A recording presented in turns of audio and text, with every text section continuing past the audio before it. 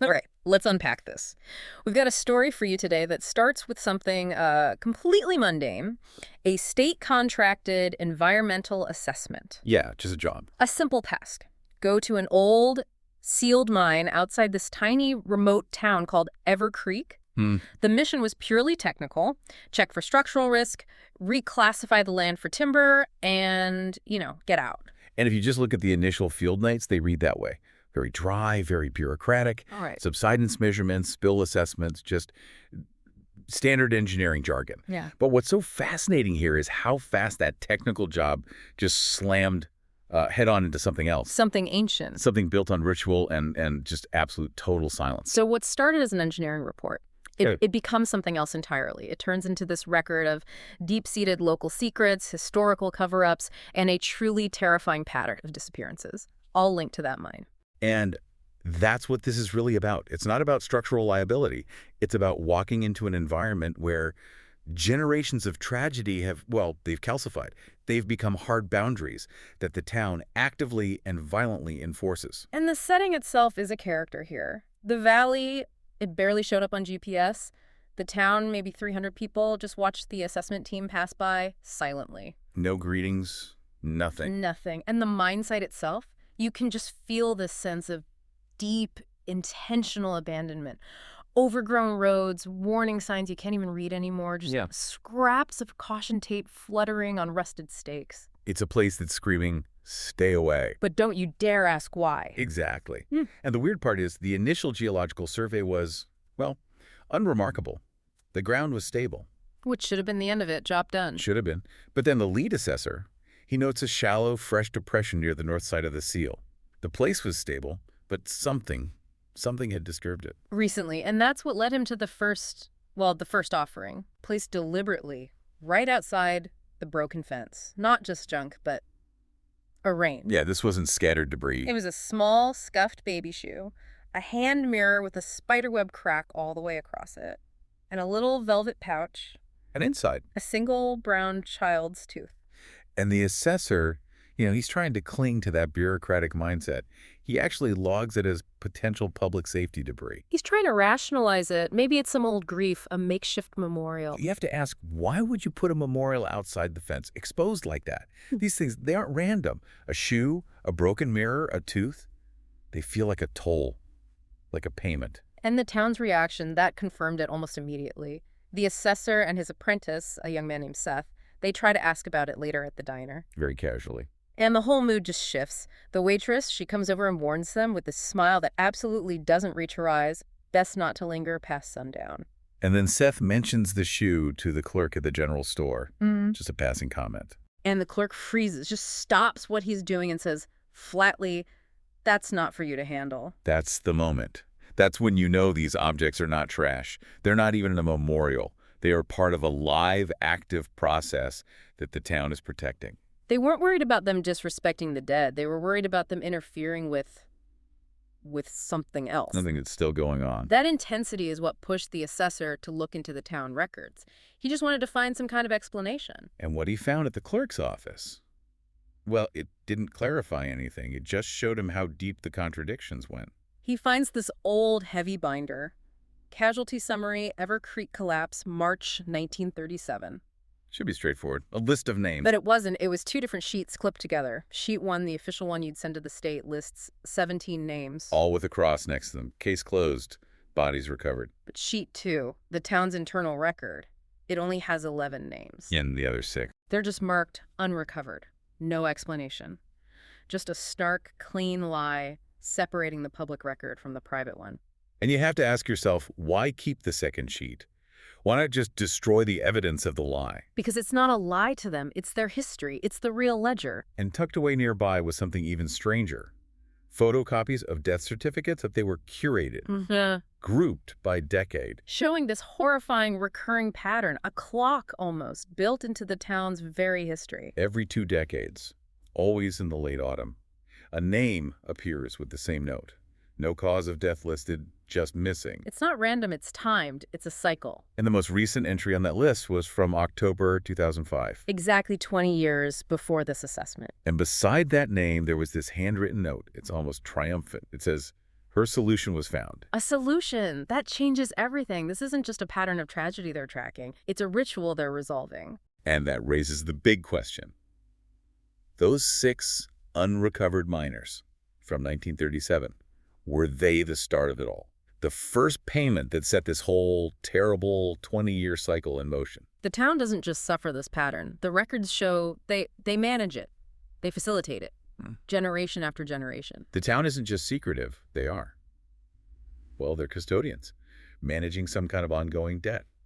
And the closer the assessor got to that mine, the more direct the warnings became. He went back to the clerk, asked if anyone would be up at the site, and she just looked at him and said, "We don't go up there." Not because it's unstable. Not anymore. Chillin'. But he kept going, and that's when he found the second offering site.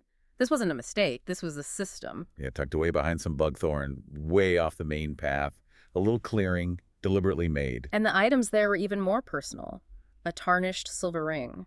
A folded photograph of a man standing next to a truck. And a pale braid of hair, tied with twine. These aren't just mementos. They're pieces of a life. A wedding ring. A piece of a person. This isn't grief. This feels like a transaction. A tribute paid to something that demands these very specific, very personal things. And the most direct confirmation of all this, the thing that ties it all together, it came from a 7-year-old boy near the church. The assessor is just, there, and this kid comes up to him. And in this little whisper, he just lays out the entire belief system of the town as if he's talking about the weather. He talks about the faceless ones. He says they only come out if someone opens it every 20 years or so. And then he connects the dots. He looks at the assessor and says, "That's why we leave stuff. It stops them from coming." The offerings are a ward, a shield, the whole town's folklore, its entire operating principle, laid bare by a 7-year-old. Now, before they actually open the mine, there's the sound. We have to talk about the sound. Yes. The assessor logged it multiple times. A metallic, sharp, rhythmic sound. He heard it the first time he went up there alone. He pressed his palm to the earth over the seal, and he could feel it. He described it as too clean to be natural. Too clean and rhythmic. That's not geology. That's not wind or water. That sounds like a tool. It sounds like intelligence. Like something is down there, working. Focused on something, waiting. And despite every warning, the waitress, the clerk, the child, the sound itself, they did it. They breached the boundary. They pried open those old brittle boards. And the entrance just opened into this immediate, tangible darkness. The folklore was clear. This is a door you do not open, especially not in late autumn, especially not when the cycle is due. And the moment they opened it, they triggered the town's enforcement mechanism. The sound came back, louder this time. The consequences were instant. They get back to the diner that evening, and the whole place just falls silent. Every single person stops talking. A local man gets up from his table, walks over, locks eyes with the assessor, and he says it. Just one sentence. You opened it. The verdict. You broke the rule, and now the debt has to be paid. And the warning that came next? It was just as chilling.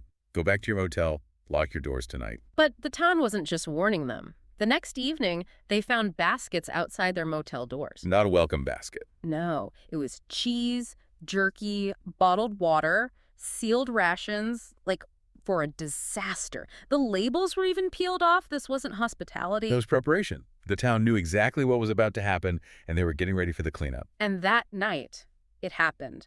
The assessor woke up to the sound of something slamming against his door. Not a knock. No, not a fist. It was heavy, blunt impacts, slow, deliberate, terrifyingly methodical. And then the sound of wood splintering next door. And then Seth's scream, a ragged, panic scream that just stretched out and then was cut off.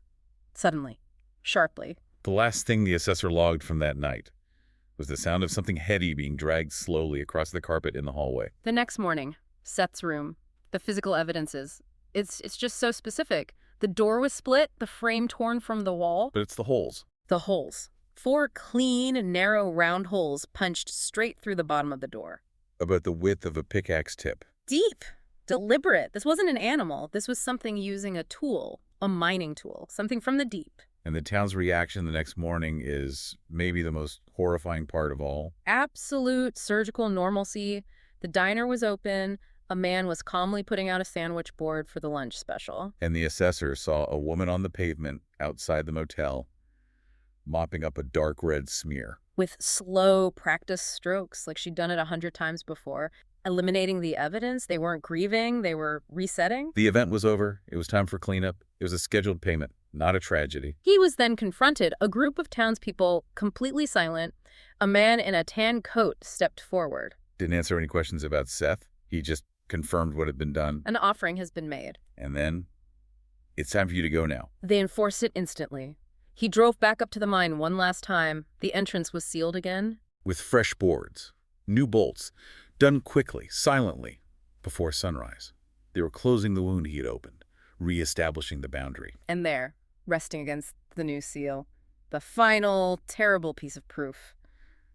A new bundle. The standard items were there. A ring, a small braid of hair, a couple of teeth. But nestled right there among them was the plastic corner of Seth's clipped, laminated work badge. The payment was accepted. The offering was confirmed. And this forces the assessor into this impossible ethical position. What does he put in the official report? How do you document this for the state? Is he even filing a report anymore? Or is he just complying with the town's most ancient and terrible rule? In the end, he filed the lie, the necessary official lie. Mine structure remains unstable. Conditions hazardous. Collapse risk high. Secondary fatality during inspection, body unrecoverable. Recommend indefinite closure. He noted that he didn't sign it right away. He knew that this distortion of the truth was the only thing that would close the state's file and respect the boundary the town had just so violently enforced. And this is the critical question you have to think about. How official, documented realities, a clean state report, are used to conceal these deep, cyclical, horrifying truths.